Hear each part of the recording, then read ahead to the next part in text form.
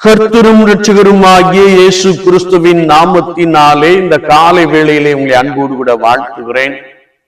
உங்களுக்கு கிருபையும் தேவ சமாதானமும் உண்டாவதாக. இந்த நாளிலும் கர்த்தருடைய ஆவியானவர் நமக்கு கொடுக்கிற வார்த்தை பரிசுத்த யோவான் 16ஆம் அதிகாரம் 20ஆம் வசனம் இப்படி சொல்லுகிறது: உங்கள் துக்கம் சந்தோஷமாய் மாறும். உங்கள் துக்கம் சந்தோஷமாய் மாறும். உலக வாழ்க்கையை நாம் உற்று பார்க்கின்ற பொழுது அநேக விஷயம் நம்முடைய வாழ்க்கையிலே பலவிதமான துன்பம் துயரங்கள் சூழ்ந்து கொண்டிருப்பதை நாம் நன்றாய் அறிந்திருக்க முடியும். நெடுநாள் வியாதி ஒரு மனிதனை, ஒரு குடும்பத்தை துக்கத்திற்குள்ளாக ஆழ்த்தி விடுகிறதை நாம் காண்கிறோம். அது மாத்திரமல்ல, குடும்ப வாழ்க்கைக்குண்டான ஆசீர்வாதம் இல்லாதபடியினாலே குழந்தை இல்லையே என்ற ஏக்கம் நம்மை கவலைக்குட்படுத்தி அது என் துக்கம் கொடியது என்று சொல்லும்படியாய், என் துக்கம் சொல்லி முடியாது என்று சொல்லும்படியான ஒரு அனுபவத்திற்குள்ளே நாம் கடந்து செல்லுகிறோம். கடன் பிரச்சனை ஒரு குடும்பத்தை வாட்டி வதைப்பதையும், கடனுக்கு மேல் கடன் வாங்குவதால் வறுமைக்குட்பட்டு ஐயோ நான் என்ன செய்வேன் என்று கலங்குகிற ஒரு சூழ்நிலையையும் நீங்கள் கடந்து வந்திருக்க முடியும். அது மாத்திரமல்ல, பிள்ளைகளுக்கு ஏற்ற காலத்திலே நற்காரியங்கள் நடைபெறாதபடியினாலே பிள்ளைகளை குறித்ததான கவலை, பாரம் ஒவ்வொரு பெற்றோரையும் அழித்துக் கொண்டிருப்பதை நாம் மிக தெளிவாக அறிந்து கொள்ள முடியும்.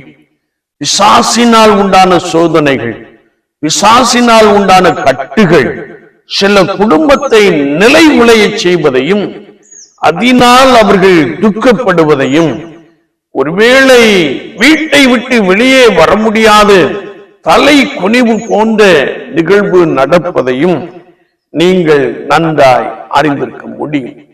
யோபு தன் சரீரத்திலே பலவீனத்தோடு கூட காணப்பட்ட பொழுது என் துக்கம் சொல்லி முடியாது என்று சொல்லி ஆண்டவரையே நம்பி இருந்தார். வேதம் சொல்லுகிறது, அந்நாள் குழந்தைக்காக தன் இருதயத்தை கர்த்தருடைய சமூகத்திலே ஊற்றின பின்பு, கர்த்தரை நோக்கி விண்ணப்பம் பண்ணின பின்பு, அதற்கு பின்பு அவள் துக்கமுகமாய் இருக்கவில்லை என்பதை குறித்து வசனம் மிக தெளிவாக கற்றுக் கொடுக்கிறது. எனவேதான் கர்த்தருடைய வார்த்தையை நாம் வாசிக்கின்ற பொழுது, கர்த்தருடைய சமூகத்தை நாம் ஒவ்வொரு நாளும் நாடுகின்ற பொழுது, அவர் உங்கள் துக்கத்தை சந்தோஷமாய் மாற்றிவிட போதுமானவராக இருக்கிறார்.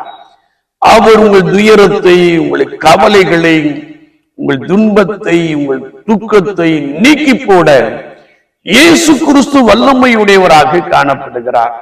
யோபுவினுடைய வாழ்க்கையை நாம் பார்க்கிறோம். அவனுடைய முன்னிலைமையை பார்க்கிலும் பின்னிலைமையில இரண்டு துணையான ஆசீர்வாதம்.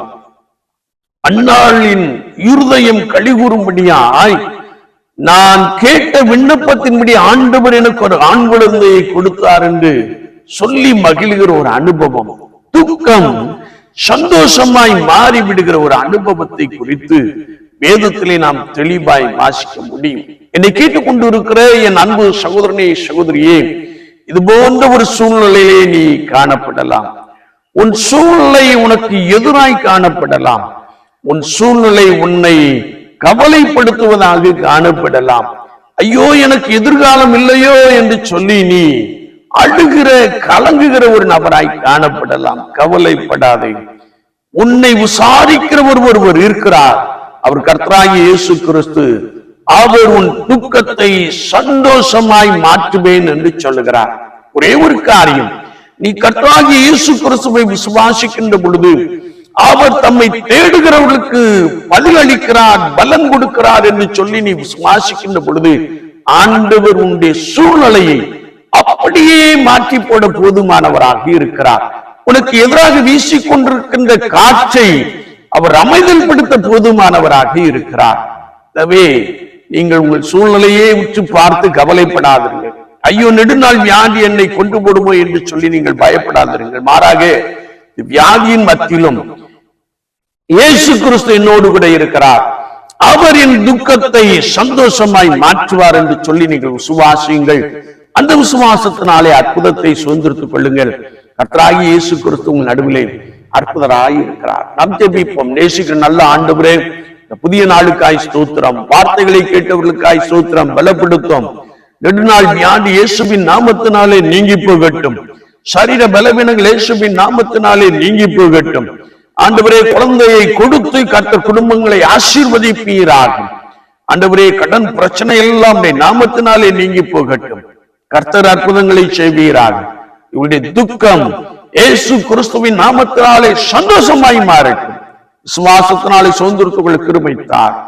இயேசு கிறிஸ்துவின் நாமத்தில் ஜெபங்கள் பரிசுத்த பிதாவே. ஆமென், ஆமென்.